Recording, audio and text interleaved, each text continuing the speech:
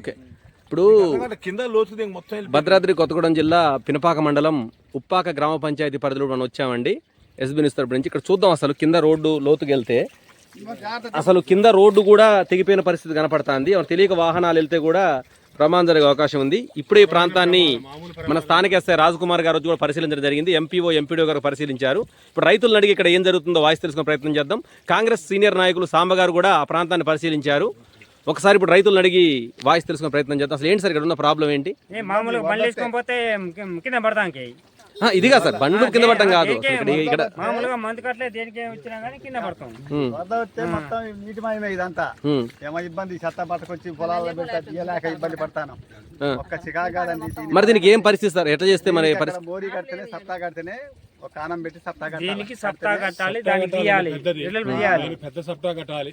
లేకపోతే చాలా ఓలు పెద్ద 12 అడుగుల ఓలి 30 అడుగుల ఎడలుతో బారుగా వేయాలి. లేకపోతే చాలా ఘోరమైన పరిస్థితి ఇది. అయితే రైతులు ఇబ్బంది అవుతుంది. రైతులు కూడా ఇప్పుడు మామూలుగా రైతులు కూడా ఇప్పుడు ఎంత నష్టం, ఇప్పుడు ఈయనకి ఎంత నష్టం? 2 ఎకరాల నష్టం ఈయనకి.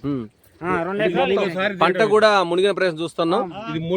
పంట ఇక్కడ మునిగింది, ఘోరమైన పరిస్థితి కనపడుతుంది. ఇక్కడ పినపాక మండలం ఉప్పాక గ్రామ పంచాయతీ పరిధిలో రైతుల బాధ కూడా మీరు చూస్తున్నారు ఎస్బీ న్యూస్ ద్వారా. ఇప్పుడు మీరు ప్రత్యక్షంగా 10 మంది మనుషులు తీశారు, మాకు రెండోసారి తీశారు. ఇవాళ 10 మంది ఉన్నోళ్ళు కూలికి వెళ్ళారు, భోజనాలకు వెళ్ళారు, 4 ఆగిపోయినాం ఇక్కడ.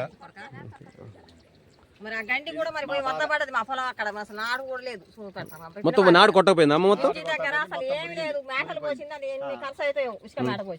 అక్కడ దిగింది కదా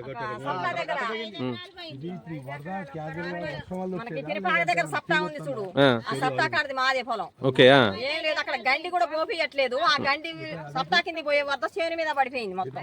ఏమైనా అధికారులు వ్యవసాయ అధికారులు చూసారా అమ్మ? అదేనా ఎవరు చూడలేదు, పట్టించుకోరు ఈ ఊర్లో ఉప్పాకలో.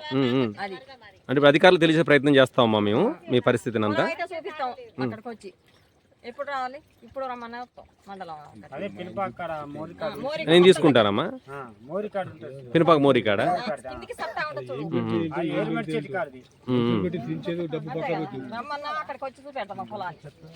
ఇక్కడైతే చాలా ఘోరమైన పరిస్థితి మీరు చూస్తున్నారు. ఇప్పుడు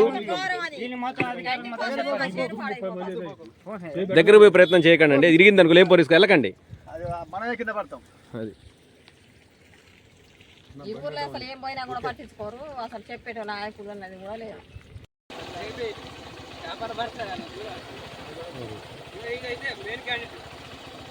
ఇది సీతంపేట దగ్గర అలుగు ప్రవహించే దృశ్యాన్ని చూస్తున్నారు. చాలా ఉధృతంగా ఉంది. చాలా చోట్ల రహదారులు కూడా తెగిపోయిన పరిస్థితి మీరు చూస్తున్నారు. ఇక్కడ గ్రామస్తులు చూస్తున్నారు. దయచేసి దాటే ప్రయత్నాలు కానీ ఎటువంటి ప్రయత్నం చేయొద్దని పోలీస్ శాఖ తరపు నుంచి, రెవెన్యూ శాఖ తరపు నుంచి, మా మీడియా తరపు నుంచి కూడా గ్రామ ప్రజలను కోరుతున్నాం.